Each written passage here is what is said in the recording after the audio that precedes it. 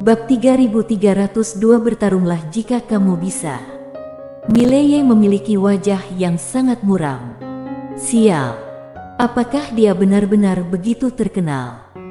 Bahkan roh dewa ini tahu tentang dirinya. Sialan, Mileye sangat marah. Pria berpakaian hitam melirik Mileye dengan ekspresi yang sangat aneh. Apakah roh dewa ini mengenal orang ini? Mileye menatap sumur itu. Apakah aku sangat terkenal? Di dalam sumur, suara itu tergelak dengan canda.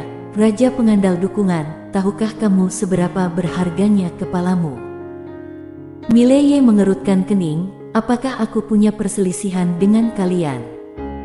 Suara itu berbicara, haha, kamu benar-benar polos. Kita membunuh orang, tidak perlu ada perselisihan.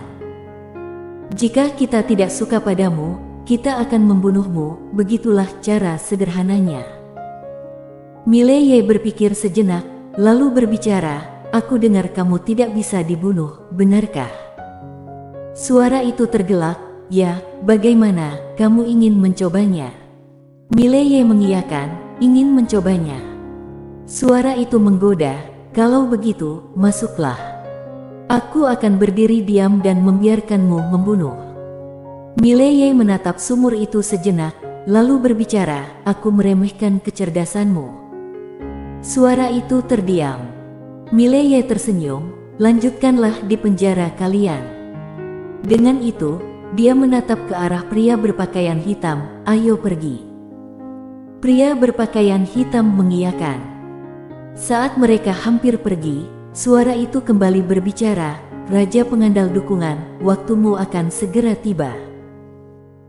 Mileye melirik sumur itu, jujur saja, kalau bukan karena aku ingin menambah sedikit kesulitan dalam hidupku, orang-orang seperti kalian, aku bisa membuat kalian benar-benar lenyap dari dunia ini hanya dengan membuka mulut. Setelah berbicara demikian, dia dan Ladiaan berangkat dengan pedang terbang. Pria berpakaian hitam berbisik, saudara ini agak sombong, yal. Setelah berbicara itu, dia langsung menghilang di langit. Di luar, pria berpakaian hitam menatap Mileye, terima kasih banyak, saudara Ye. Mileye tersenyum, bagaimana aku bisa memanggilmu, saudara? Pria berpakaian hitam berbicara, Nano. Seseorang yang suka bermain dengan pisau. Mileye berpikir sejenak, lalu berbicara, saudara Nano, anakku nanti akan menjadi sangat kuat. Bagaimana kalau kita menjalin hubungan baik? Aku hanya ingin meminjam beberapa kristal ilusi nyata darimu dan anakku akan mengembalikannya di masa depan. Nano tetap diam. Mileye berkedip, anakku benar-benar akan menjadi yang terbaik di masa depan, katanya dia adalah penghancur dunia ilusi nyata. Nano ragu sejenak, lalu berbicara, di mana anakmu sekarang? Mileye berbicara, katanya akan muncul dalam 30 juta tahun. Nano menatap Mileye, jadi, itu berarti kamu belum memiliki anak, benar? Mileye mengiyakan. Saudara Nano memikirkan sejenak, lalu menggeleng, saudara Ye lain kali coba cara yang lebih baik untuk memperdaya orang, yang ini tidak akan berhasil. Mileye terdiam. Beberapa saat kemudian, Mileye dan Ladiaan pergi. Di tengah lapangan, saudara Nano menatap kepergian mereka dan berbicara pelan, saudara Ye memiliki kekuatan yang layak, tapi agak licik. Di kejauhan, Mileye dan Ladiaan berjalan perlahan sambil bergandengan tangan. Ladiaan tiba-tiba berbicara pelan, mereka, para roh dewa, tidak sederhana. Mileye mengiyakan. Baik itu saudara Nano atau gadis hantu, mereka memiliki kekuatan yang sebenarnya sangat kuat. Namun, setelah menatap bahwa sehelai roh dewa dapat mengalahkan saudara Nano, dia tahu bahwa kekuatan asli para roh dewa ini pasti jauh melebihi mereka. Ladiaan agak bingung, mengapa mereka mengincarmu? Mileye berpikir sejenak, kemudian menggeleng, tidak tahu bagaimanapun, tidak masalah, aku sudah terbiasa. Terbiasa. Ladiaan menggeleng sambil tersenyum. Mileye berbicara pelan, mereka menargetkanku, berarti aku harus menghadapi mereka. Sambil berbicara demikian, dia menggelengkan kepala sedikit. Sejujurnya, dia juga merasa kebingungan. Mengapa roh dewa ini mengincarnya? Apakah itu karena insiden dengan pohon dewa Taichu? Memikirkan ini, dia mengerutkan kening. Pada saat itu, dalam pohon dewa Taichu, Master misterius itu mengatakan bahwa dia akan menyingkirkan Mileye. Apakah orang itu bukan hanya roh dewa biasa? Sialan. Mengingat ini, ekspresi Mileye menjadi semakin dingin. Suatu hari, dia akan minum alkohol dan kemudian dengan semangat minuman tersebut, memanggil Lydia keluar dan menghancurkan semua orang ini. Pada saat ini, Lydia tiba-tiba berbicara, "Apa yang sedang kamu pikirkan?" Mileye mengembalikan pikirannya, tersenyum, "Tidak apa-apa." Lydia mengiyakan sedikit. Setelah semua, dia telah berada di sini selama ratusan tahun. Beberapa ratus tahun, memang seperti sekejap mata.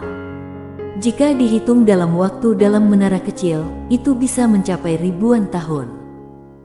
Dirinya tidak tahu bagaimana keadaan alam semesta Guanxuan sekarang. Mileye tampaknya tahu apa yang ada di pikiran Lydia dan tersenyum, alam semesta Guanxuan tidak akan ada masalah. Dengan keberadaan ruang dalam, Akademi Guanxuan pasti tidak akan mengalami masalah dalam waktu singkat. Mengenai Tuan Putri Kara dan Kaisar Bulan, dia yakin, selama dia masih hidup, kedua orang itu tidak akan memberontak. Lydia mengiyakan sedikit, "Ayah pergi." Keduanya melanjutkan perjalanan ke kejauhan. Setelah sekitar 1 jam, mereka tiba di sebuah pegunungan. Saat menatap pegunungan ini, ekspresi Mileye dan Lydia menjadi sangat serius. Seluruh pegunungan dipenuhi dengan jimat berwarna merah darah. Mileye berbicara dengan suara berat, "Di sini juga ada roh dewa yang ditekan dan mungkin bukan roh dewa biasa." Grogi. Pada saat itu, mendadak terdengar suara gemuruh dari dalam pegunungan. Kemudian, bayangan muncul dari pegunungan itu, diikuti oleh tombak panjang yang menusuk langit. Dengan kecepatan sangat cepat, bayangan itu segera mengejar bayangan itu. Bayangan itu terpaksa berhenti dan langsung berbalik untuk menyerang dengan satu pukulan. Grogi. Suatu kekuatan mengerikan tiba-tiba meledak dari langit. Bayangan itu terus-menerus mundur. Pada saat itu, seorang pria berpostur besar muncul di belakang bayangan itu. Bagian atas tubuhnya telanjang, otot-ototnya menggembung, lengannya seperti tiang, penuh dengan kekuatan ledakan. Pria berpostur besar itu meraih ke depan dan tombak panjang itu terbang kembali ke tangannya. Dia menatap bayangan itu tanpa ekspresi, "Pergi kembali." Suara seperti lonceng besar bergema melalui langit dan bumi. Bayangan itu mengerang, "Cardi, hari-harimu yang baik akan segera berakhir." Setelah berbicara demikian, dia tiba-tiba berubah menjadi bayangan hitam dan bergegas menuju Cardi. Cardi menatap bayangan itu tanpa ekspresi. Dengan satu ayunan tombak, dia dengan cepat membalikkan situasi. Dengan satu sapuan, kekuatan dahsyat langsung menyapu ruang dan waktu di tengah lapangan, membuatnya menjadi hampa. Dalam sekejap, bayangan ilusi langsung terhempas puluhan ribu yard ke arah yang jauh. Namun begitu berhenti, Cardi tiba-tiba melompat ke udara dan dengan keras menyerang dengan tombak. Bersenandung. Bayangan itu langsung hancur oleh serangan tombak itu. Mati. Di bawah sana, Mileye mengernyitkan kening. Namun pada saat itu, dia menatap bahwa jiwa bayangan yang hancur itu segera berkumpul di tempatnya dan muncul kembali. Menatap ini, wajah Mileye menjadi semakin suram. Sialan. Bukankah orang-orang ini benar-benar tak bisa mati? Cardi memandang bayangan itu tanpa mengucapkan sepatah kata pun. Bayangan itu menyeringai, "Cardi, kamu tidak bisa membunuhku." Cardi berbicara dengan tenang, "Aku tidak bisa membunuhmu, Tetapi setiap kali jiwamu hancur, kamu akan menjadi lebih lemah. Bayangan ilusi itu tetap diam.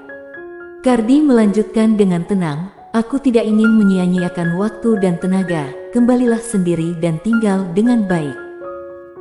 Bayangan ilusi mencoba membujuk, Cardi, pasukan kami akan tiba segera, jika kamu menyerah sekarang, masa depan.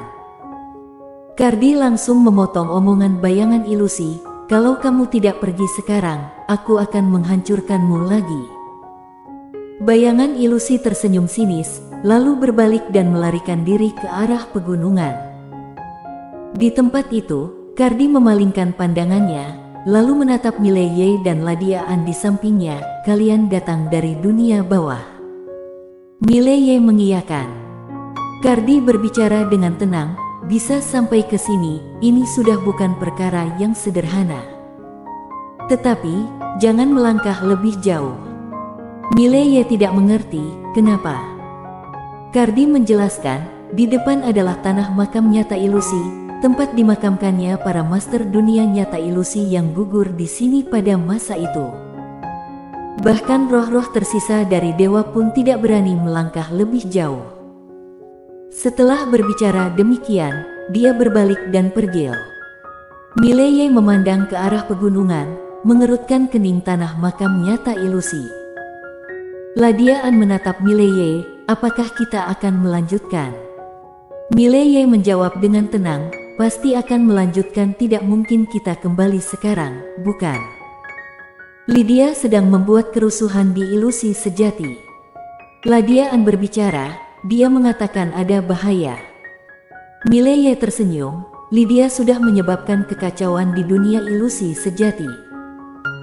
Aku tak takut apa-apa jika kita bisa melawan, kita akan melawan, jika tidak, kita akan mencari cara lain untuk melawan. Ayo pergi. Menara kecil, pena kecil, bersambung.